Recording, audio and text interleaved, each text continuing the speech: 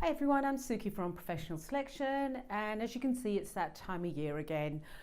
Christmas is around the corner. Everybody from a sales perspective is looking at how they can engage with their existing and future clients via email and so forth, so automated or, which got me thinking. A couple of mistakes I think people are making. I have no issues whatsoever people sending me automated emails, but get them right. So don't send a happy Christmas email to a potential new customer or even an existing customer saying, "Dear, insert name here."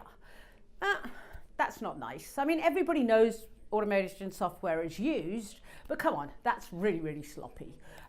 So don't make that mistake. And it got me thinking about other stuff people do, especially around this time of year, to build their potential client base for next year and just touch base. And some of the mistakes that I feel or I see people making. As I said, there is the insert name here. Don't do that. But you're also looking at, have you sent it to somebody that's relevant? Now I'm going to bring this back into recruitment because that's my area of expertise.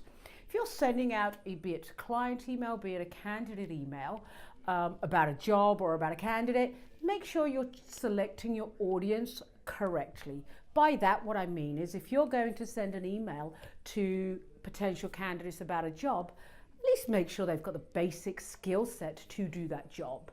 And they're within the right location. So for example, don't send somebody in Vancouver a job for Toronto unless you know that person is looking to move to Toronto, in which case, of course, include them. But there's, it's just annoying. And also the experience level.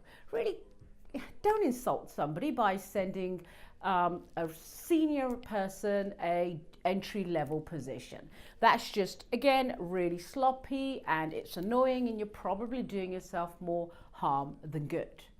Now, some of the other things that I've been hearing and seeing is you've got all your marketing, as I said, again, whether it's candidate or client, and then you get a response.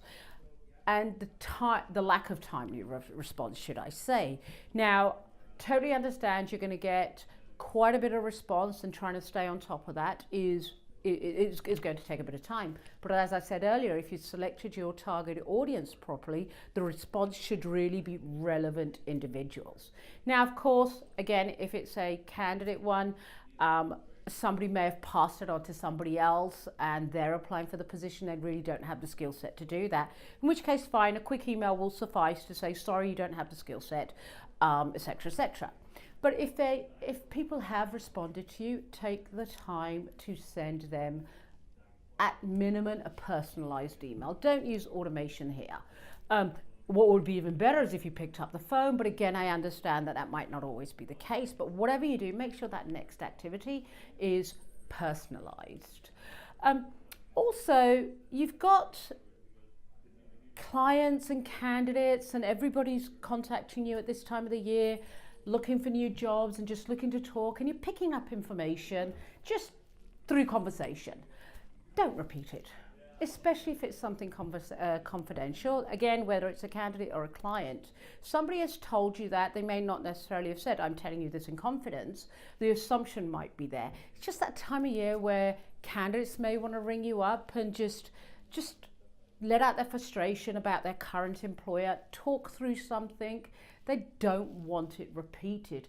As with candidates, it's if you've had a conversation with a recruiter and you're sharing your frustration with them, and the recruiter empathizes with you. I'm not saying they're saying you're correct, but they empathize and they're not taking sides, for lack of a better word. Don't go around repeating that, because that recruiter, you've kind of caught them in the middle there. You've put them in a difficult spot. So as I said, those conversations that are happening now, keep them between yourselves. And if you are going to share something, if you're the recruiter, get permission from the candidate.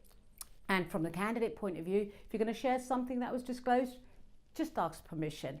If it's shareable, no one's going to say no. Anyhow, that's just a couple of things that I'm thinking of this time of year.